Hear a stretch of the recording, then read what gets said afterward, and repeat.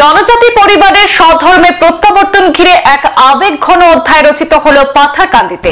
ভিন্ন ধর্মের সঙ্গে বৈবাহিক সূত্রে ধর্ম বদলের পর আত্ম উপলব্ধিতে প্রত্যাবর্তনের সিদ্ধান্ত মা মেয়ের। হিন্দু কইয়া মানে মামন কইয়া মানে মামন দাস কইয়া মানে আমার লোক লাকমিরিস হইয়া বেঙ্গলুরু নিল। তারপরে গেলাম তারে তো চিল পরিচয় হইলে হে মুসলিম ঘরে আইলাম করে আবার পরে তো আমার নিয়া দুঃখ দিল কষ্ট দিল। ধর্ম জাগরণ সমিতির সহায়তায় বৈদিক মন্ত্রোচ্চারণ এবং শুদ্ধিকরণ পুজোর মধ্য দিয়ে সনাতন ধর্মে প্রত্যাবর্তন করলো 3 জেনারেশন। প্রথমে খ্রিস্টান, তারপর ইসলাম ধর্ম পরিত্যাগ করে মা মেয়ে এবং নাতি 3 জেনারেশনের একসঙ্গে ঘর ওয়াপসি।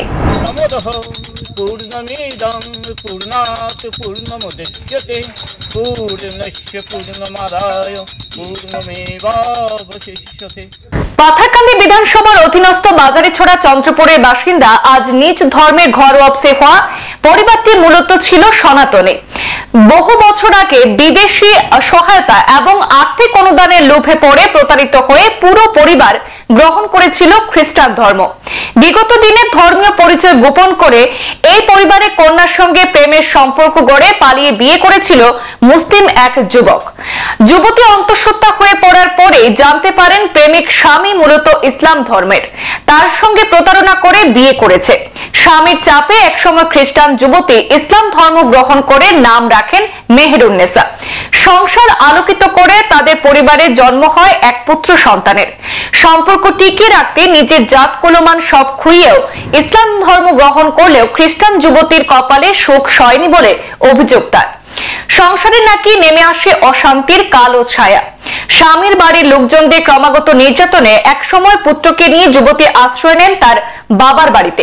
সেখানে আত্ম উপলব্ধিতে শেষ পর্যন্ত পুরো পরিবার একসাথে ঘর ওয়াপসির সিদ্ধান্ত নিয়ে ধর্ম জাগরণ সমিতির সহায়তা চাইলে আসামের দক্ষিণ প্রান্তের আসাম বাংলাদেশ সীমান্তের করিমগঞ্জ তথা বর্তমান শ্রীভূমি জেলার পাথারকান্দি বিধানসভার বাজারিছড়া থানাধীন চন্দ্রপুর গ্রামে রবিবার এক ঐতিহাসিক মুহূর্তের সাক্ষী হয়।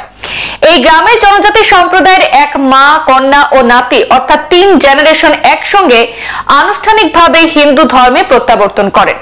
জানা গেছে ওই মায়ের খ্রিস্টান নাম ছিল খন্তেচড়ে, তা অপরিবর্তিত থাকলেও তার কন্যা মেহেরুন্নেসার নতুন নামকরণ করা হয় রিংনাথিং চরে।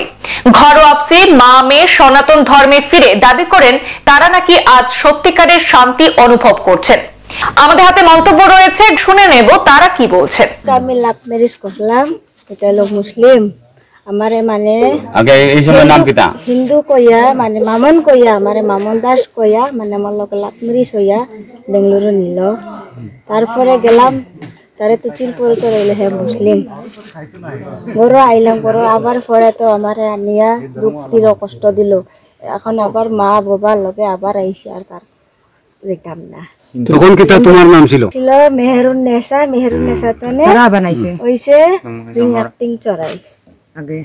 এদিকে ধর্ম জাগরণ সমিতির দক্ষিণ আসাম প্রান্তের সংযোজক অসিত চক্রবর্তী বলেন, আজ 3 জন ব্যক্তি তাদের আসল পরিচয়ে ফিরে এসেছেন। তিনি বলেন, প্রলোভনের পরে ধর্মান্তরিত হওয়া দুটোই কিন্তু অত্যন্ত দুঃখজনক ঘটনা। জনজাতি সম্প্রদায়ে কেউ যেন ধর্মান্তরিত না হন তার আহ্বান জানিয়ে তিনি বলেন, যারা হিন্দু ধর্ম ত্যাগ করে অন্য ধর্ম গ্রহণ করেছেন তাদের জন্য সরকারি সুযোগ সুবিধা বন্ধের দাবিতে পদক্ষেপ নিতে রাজ্য সরকারকে আহ্বান জানান তিনি। নিজের ধর্মত ঘুরি আহিলে 3 জন আহিলে আমি বহুত আনন্দিত হয়েছো। ইহতে গম পালে যে অন্য ধর্মত হিন্দু ধর্মত যেনেকা শান্তি এনেকা অন্য ধর্মত নাই। নিজের ধর্মত ঘুরি আহি তেখেতে নিজের মনের কথাটো এনেকেই প্রকাশ কৰিলে। আৰু কোন কোন ধৰ্মৰ পৰা আহিছে? এটা ইছলাম হৈ গৈছিলে আৰু খ্ৰীষ্টান হৈ গৈছিলে। খ্ৰীষ্টান আৰু ইছলামৰ পৰা আজি ঘূৰি আহিলে। আৰু যে ইছলাম ধৰ্ম লৈছিল ইয়াৰ আৰু কিবা আছে নেকি? কি কাৰণত গৈছিল? লাভজনক নিজৰ মুছলিমৰ পৰিচয়টো গোপন ৰাখিলে, প্ৰলোভন দিলে। তেখেতে গম পোৱা নাই সি ক'ত গৈছে। যাই তাকে সি মুছলিমৰ ঘৰত সোমাইছে, মৌলা মৌলবীৰ ঘৰত সোমাইছে। তেখেতে তাত যাই একো মুছলিমৰ যে যেটো যেটো সিস্টেম সেই সিস্টেমটো সি মানা নাই, আকৌ আহিলে। আৰু তেওঁৰ যে আপোনাৰ মাতৃও আকৌ ঘূৰি আহিলে খ্ৰীষ্টান ধৰ্মৰ পৰা। কিয় খ্ৰীষ্টান ধৰ্মলৈ গৈছিল? কৈছে একই প্ৰলোভনত গৈছে, ভাবিছিলে খ্ৰীষ্টান ধৰ্মত গ'লে আৰ সি বাহিৰৰ পৰা Facility টকা পাম। পাব, ঘৰ পাব, চাৰ্চ কিবা কিবি দিব, গেলে দেখিলে একো নাই, একো নাই প্ৰতাৰিত হ'ল, সেইবিলাক চিটিং হ'ল সিহঁতৰ ওপৰত। সেইটোৱে আমি এনেকুৱা যিটো চিটিং চলি আছে আমি সেইটো প্ৰত্যাহ্বান কৰিম সিহঁতক। আগন্তুক দিন যিটো আহিব ইয়াৰ পৰা এটাও লোক অন্য ধৰ্মত যাব নোৱাৰে। আমি এইটো প্ৰতিবাদ কৰিম, প্ৰতিৰোধ কৰিম, আৰু নিজৰ ধৰ্মত নিজৰ যিটো কালচাৰ, আপোন যিটো কালচাৰ সেইটো ৰক্ষা কৰিবলৈ সকলৰ প্ৰতি আহ্বান জনাম। মোৰ সাথে সাথে আৰু এটা কথা হ'ল আমাৰ ইয়াত এইবিলাক যে বনবাসী ভাই আছে, চৰাই জনজাতি আছে, ৰিয়াং জনজাতি আছে, হালাম জনজাতি আছে, কাৰ্বি জনজাতি আছে, খাচী জনজাতি আছে, ত্ৰিপুৰা জনজাতি আছে আমাৰ ইয়াত। এই যে ইমান জনজাতি আছে আমাৰ ইয়াত, সিহঁতক মই আৰু খ্ৰীষ্টান হ'বলৈ একৰ চান্স নিদিম, এইটো কথা। আৰু যিবিলাক খ্ৰীষ্টান হৈ গৈছে, বেলেগ ধৰ্মত নিজৰ ধৰ্ম এৰি গুচি গৈছে বেলেগ ধৰ্মত, সিহঁতক ট্ৰাইবেলৰ যিটো ফেচিলিটি সেইটো পাব নোৱাৰে।